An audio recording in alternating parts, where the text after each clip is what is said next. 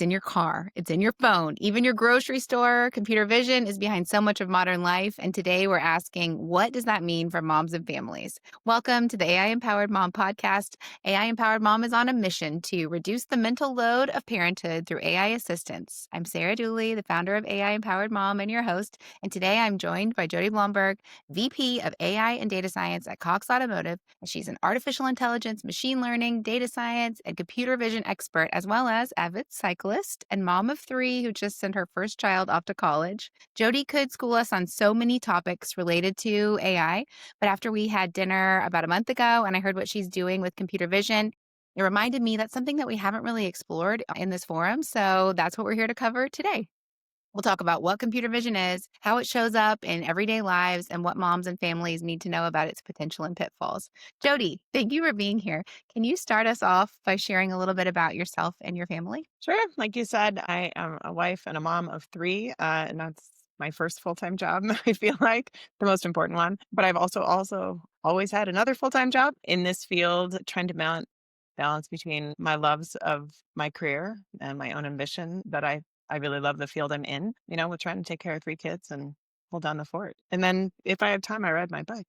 When we got together recently, you were talking about what kind of student you were, which was the kind that gets three textbooks to learn. And I noted from that the textbooks that spoke to you were math. So can you talk to us about your journey from studying math to working today as an AI expert? Yes, that's like I've always been a big nerd, I guess. I also had a mother with a math degree and a grandmother, so I come by it honestly.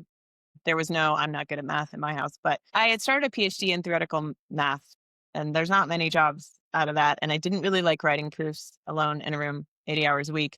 So I was kind of unhappy in grad school. And I'll always remember this professor who was like, you should go to applied math and solve problems and talk to people. You could get a job, like a real job. And so here I am. I just started out as a data scientist. I have always tried to use math to solve problems. And I kind of like it's an interesting arc. The industry's changed so much. I no longer have to convince people to use machine learning. Now they beg us for it. And AI is just a really natural extension of that. I think what Gen AI really did was make a lot of these algorithms feel really accessible because they speak in human voice. And I think it's a pretty exciting time. Well, super exciting time. And I bet it puts a lot of demands on your schedule, which is why I'm extra glad that you are here today. Can you talk a little bit about what AI looks like in your day to day life or your home life? I know you're all in with AI at work, but do you use AI in your personal life? Well, I definitely use AI at home. I think the world's greatest gift of AI for me personally has been the amount of time in my life with three kids. For a while, there were 8 sports, and every one of them has their own app.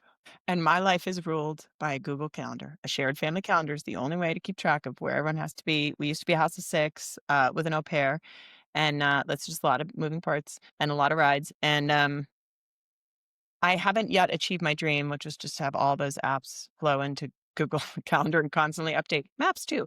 So we know where we're supposed to be. But I have been able to download all of those and just make ChatGPT turn them into calendar files that Google can read. And that is, I just personally, it was my least favorite task. And so now it's my most favorite application just because I hated it. My husband and I would be like rock, paper, scissoring for who has to type in baseball, and that's over. So I love that. Of course, I use AI in my personal life and other ways. I mean, as I joke to people, you all touch algorithms, whether you know it or not. Right. You touch it through dynamic pricing a lot more than anyone wants you to know.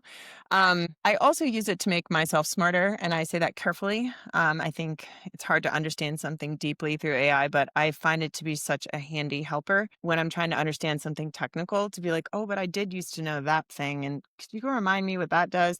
And so it kind of accelerates my learning and also teaches me in ways that I understand, I guess. Sometimes I have to ask it to change its style. I think we all learn in different ways. It's a real bonus for me because I learn by reading, and Gen AI is really good at making text to read. And so I like that. Of course, at work, I am both a person who runs teams who build AI as well as build with AI. So it is changing the way we work. It is also changing what we build. And I really like this time in this moment. It feels like everything is possible. And it's like trying to decide what to choose. Well, let's talk about what's possible with computer vision. But before we do that, can you just help break it down for us? What is computer vision in simple terms? It's really just teaching a computer to see what your eyes see, in short, right? Like You look at a dog, you know it's a dog. We can teach a computer to know that that's a dog.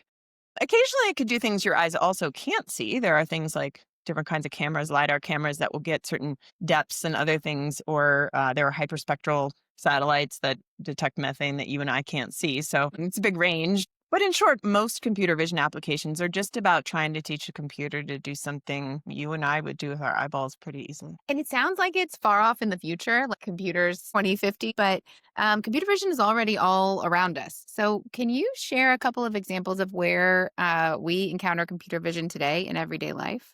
Yes. I mean, of course, anytime you go I'll give you a really easy example. When you go shopping or you search on Google, I don't know, when your kid wants that very specific pair of sneakers or whatever, some of that's computer vision because we have translated the pictures on those websites, sometimes that are not tagged, into, oh, you want a pink skirt with this thing on it, or you need this color shoes. So that sometimes it's just happening without you even knowing it, right? Mhm.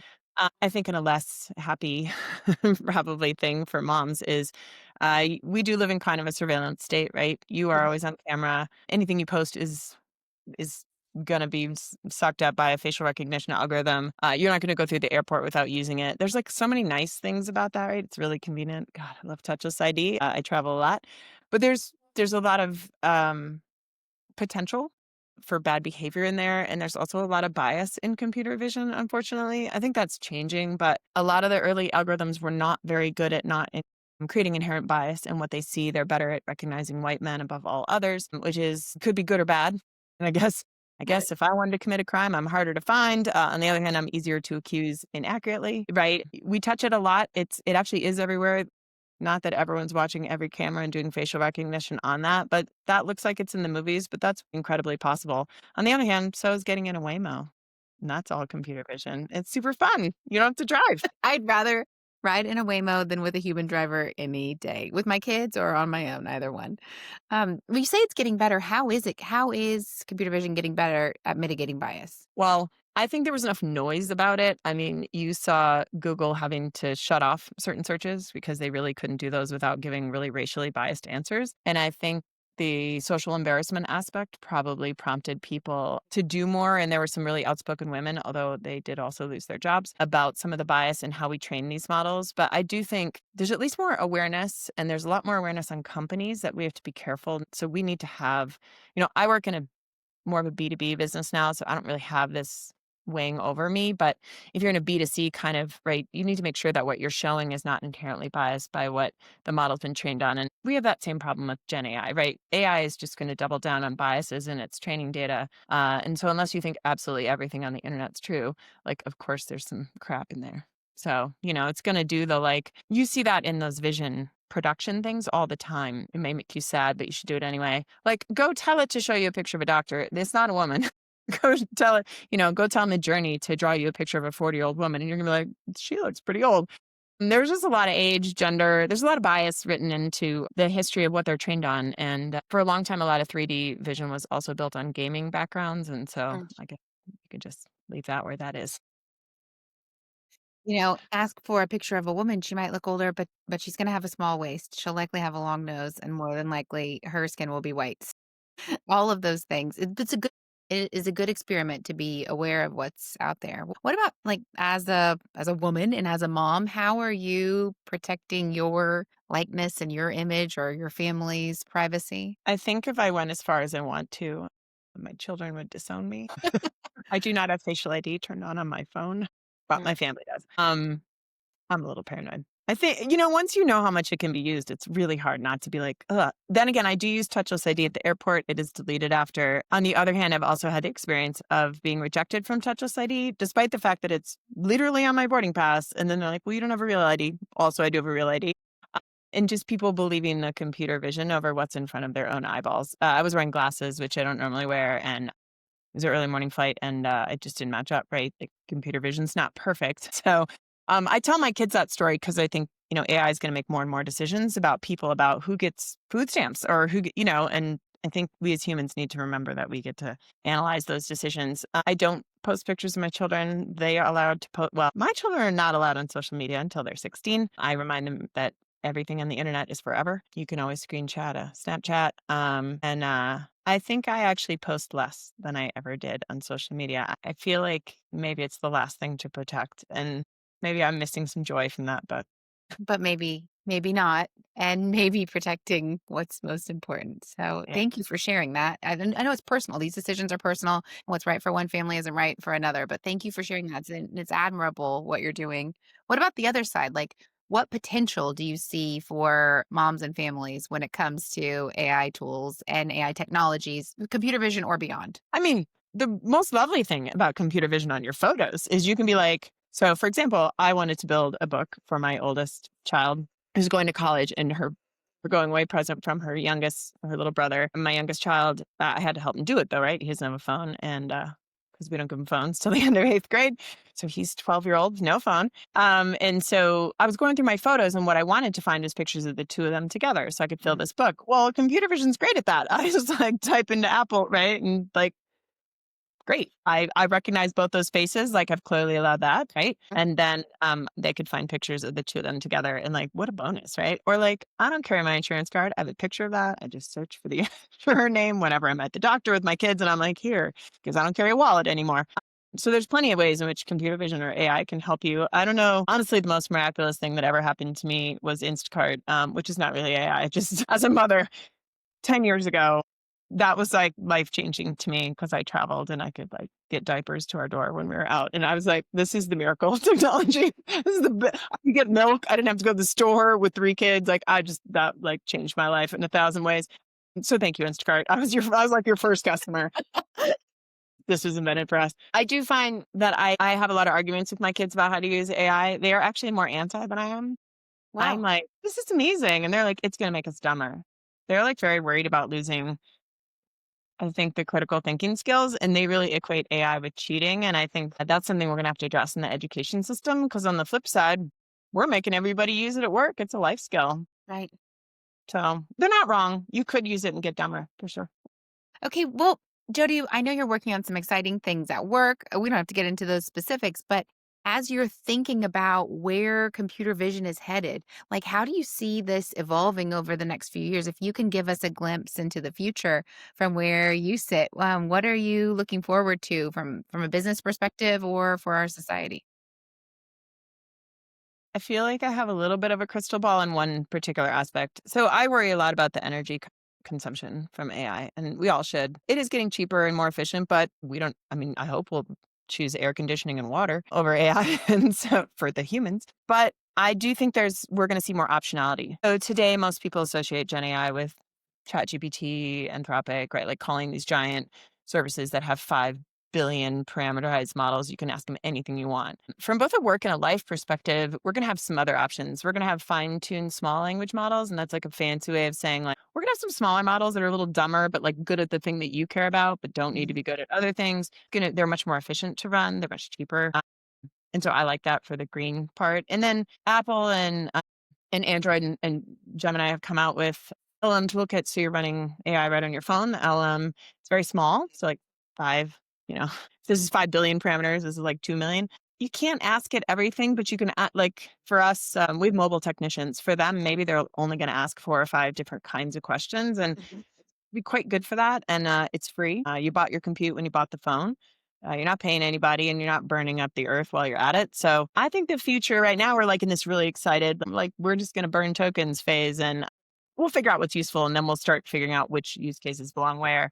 And it makes me more optimistic about our energy usage. I love to hear that. And what do you say to moms who are hesitant to try to or use AI either whether it's because of privacy or because of their concerns about sustainability? As we both know, the models get smarter and are trained by those who use them. So, do you have any guidance for moms or caregivers who are reluctant to use AI for what are legitimate concerns? I mean, they are legitimate. I feel you. I think about it a lot and I override my own fears a lot. But to your point, if we don't take a seat at the table, what are they going to be trained by? Yeah. What values will they adopt? How would we get rid of bias if we're not the user? Like if those of us who aren't well represented are not the users. I think also like we could dislike it or like it, but it probably is the future, right? This is like going to change the world. And I don't think you want to be left behind. Like, not because you won't have a job or your kid, it's all fair to worry, like, what are our kids' jobs and what are, I worry about that too, but it feels like something to opt into. And also just, I mean, have it do the dumb stuff. Like I said, please write my calendar invites for baseball. Like, I couldn't be happier to give away that task. It's not learning anything I particularly care about. And so it'd be a shame to to not use it just because, but it's really hard to be a working mother. And it feels like you have something you could be doing from 5 a.m. until the moment your head hits the pillow. And it can take some of that load off. And then you get to be at more of your kids' stuff or goof around with them more. And I like we all want. Yeah. Yeah. Oh, right to my heart. Okay, let's do transition into what we are affectionately calling chatbot mode. You're the chatbot now. I'm just going to ask you some rapid fire questions and you give me your confident answer if you would. Okay, let's do Mary F. Kill, ChatGPT, Claude, and Grok. Mary Claude, kill the other two. My safety meter Mhm. is more commiserate with Anthropic's view on the world than the other two. Love it. Okay, let's talk about cycling. We haven't hit on that. Or- Tell us a little bit. Give us your favorite cycling ride or route or, a cycling memory that you love. Well, this is going to sound really probably screwed up. I do like hill repeats. Not um, I sometimes do them really early in the morning. That's hill repeat is riding your mountain bike as hard as you can to the top of some foothill here in Colorado, and then riding down and then doing it again and again. And even though you're like gasping like a fish and your legs hurt, I don't know. There's something about standing on top of the world while the sun's coming up that makes me feel really alive. And like I've done like so much hard work already, and then I could go home and make breakfast. And I don't know. Maybe I'm just a sucker for type 2 fun. That is so badass and amazing. And thank you for giving me some insight into it because I will never do that. I know. Just drinking coffee and like, I don't know. I'm a sucker. Okay. In the AI empowered mom community, we love celebrating other moms' wins. I know you've had a lot lately, even though you're reluctant to toot your own horn, but can you share one win of yours that made you proud recently? Actually, this summer, just a couple months ago, I work for a company where the chief product officer is a woman, and she runs the office of the CTO and the CIO and all of engineering and product, which alone is kind of crazy because I've never had that experience before. I've never worked around many women. We gave a talk at AI4 this summer. It's an AI conference. And we gave it together. She said something to me like, we're going to have two women on stage or something like that before we did it. And I was like, oh, yeah, that doesn't happen too often. And so it felt like a win. There are lots of women in AI. I don't say like more than there were at good old math conferences back in the day. It's definitely getting better, but it was, I don't know, it felt like something I hadn't experienced before. Okay, you have just hit a major life milestone, which is sending that kiddo off to college, letting them fly the nest. Can you share one learning for those of us who have that in the future? What did you take away that we can learn from? I reframe a lot when I feel sad. I reframe a lot about anything, but in this particular case, you know how you can only be as happy as your saddest child. I remind myself because it'd be weird to be happy about letting one of your favorite people leave you, and mine Yeah. went far away. But she's so happy. How do you be sad about something that makes your kids that happy? It's hard. Way to reframe So it. that's how I remind myself, he's so excited. She's so happy. Like we did it. We like launched this. This is our job. And so it makes me feel less bad for myself. Do you have a book or a podcast, something that's inspired you lately that you could recommend to others? Mm. I do like this book called Program or Be Programmed. It's pretty accessible. It's short. It was written a while ago, so it's wild how relevant it is. It's more about how technology can form us or we can form technology. I think it's an interesting read. Truthfully, not at the expense of people laughing at me. This summer, every woman I know, young and old, has gotten into this show. The summer I turned pretty and it's turned into a collective watching experience. And I have to tell you, I think it's so fun because remember, we used to watch TV collectively. So I don't know if the show is very good. I'm so much enjoying the collective experience of watching it with my sister-in-law, but also my niece, also my children. That's how I wish technology did for everyone. You know what I mean? Like it's like a Yeah. positive communal experience. And we like forgot that that's what TV used to be. Okay. Well, last question is what's one thing you hope moms and caregivers take away from this conversation about computer vision and AI? I hope they feel a little scared about their kids' data because I think we all should feel a little bit cautious, but not so cautious that we don't join the party. AI will be built for other people if we don't demand that it's built for us. We're the user. And we should demand the safety protections and we should demand the data privacy protections so that we can get all this awesome stuff out of it that saves us time and makes our recipe lists and all these things that just used to take a lot of, like, took me so much time that I have back now. And I don't want to go back. Jodi, I love you. and I'm not cutting that out. That's sweet. And as a mom and as a woman, I'm so thankful to be in a world where you are leading and driving change in AI. So thank you so much. And I want moms to take away that computer vision isn't science fiction. It's here today. It's already shaping both the good and the bad of how we live and travel and shop and drive and parent. And the more we understand it, the better we could use it to our own advantage and protect our families. And if I do have a special call out today for folks listening. If you know a mom, a caregiver, a parent who is reluctant to start using AI, I would love to talk to them. I'm putting together a little group, not to convince or debate, but to listen or to learn. So for anybody out there listening, if you've been on the fence, you've been holding back, send me a referral to contact@aiempoweredmom.com or message me on Instagram or TikTok at AI Empowered Mom. If you want more Jodi in your life, you can find her on LinkedIn. And Jodi, thank you again for being here and joining me on AI Empowered Mom. If you got a new idea from something today, or you got a little clarity or felt a little lighter, share it with a friend and let me know. And we'll be here for you next time. Thank you again, Jodi. Thank you for having me.